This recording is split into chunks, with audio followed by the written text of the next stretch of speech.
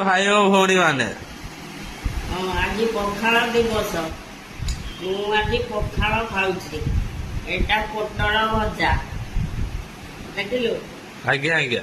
ଏଇଟା ଶାଗ, ଏଇଟା ବାଇଗଣ ଭଜା, ଏଇଟା ଆଳୁ ଭଜା, ଏଇଟା ବଡି ଭଜା, ଏଇଟା ଲଙ୍କା ଲୁଣ, ଆଉ ପଖାଳରେ ପଡୁଛି ଆମ୍ବ କଷି ଅଦା।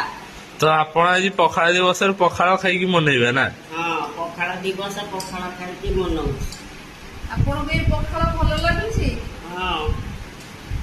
ଆଉ ଭଜା, ବାଇଗଣ ଭଜା, ଶାଗ, ସବୁ ପୋଟଳ ତରକାରୀ କେମିତି ହେଇଛି? ଭଲ ହେଇଛି। ଆପଣ ଥରେ ଟେଷ୍ଟ କରନ୍ତୁ ଆଉ କରୁଛି କୁହନ୍ତୁ। ବା। କରନ୍ତୁ ତାପରେ କୁହନ୍ତୁ। ଶାଗ, ଆଳୁ ଭଜା, ବଢିଆ ହେଇଛି।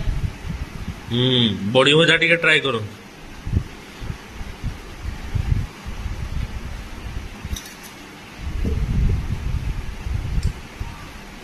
ବାଇଗଣ ଭଜା ଖାଇନି, ଖାଉଛି।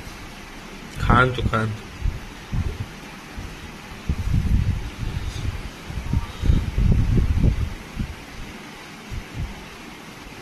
ପୋଟଳ ଭଜା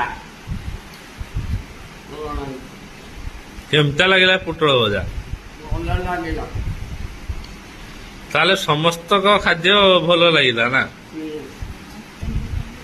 ସବୁ ଖାଦ୍ୟ ଆଜ୍ଞା। ସବୁ ଖାଦ୍ୟ ଏକ ନମ୍ବର। ଆଉ ଏ ଖାଦ୍ୟକୁ ତିଆରି କିଏ କରିଛନ୍ତି? ତିଆରି କରିଛନ୍ତି ବାସନ୍ତୀ, ଆମ ରାନ୍ଧୁଣିଆ। ସିଏ କିଏ? ରାନ୍ଧୁଣିଆ ପରା କହିଲି। ଆଉ ଆଳୁ ଭାଜିଛି ପୁଅ, ପଖାଳ କରିଛି ବୋହୂ,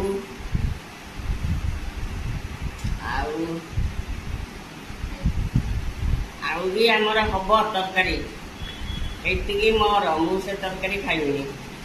ଚିଲି ପଣସ କରିବ ବୋହୂ, ଆଉ ଡାଲି ପଖାଳ ସାଙ୍ଗରେ କିଏ ଖାଏ? ହେଇଛି ବୋହୂ କରୁଛି। ଆଚ୍ଛା। ହଉ ତାହେଲେ ଆପଣ ଖାଆନ୍ତୁ।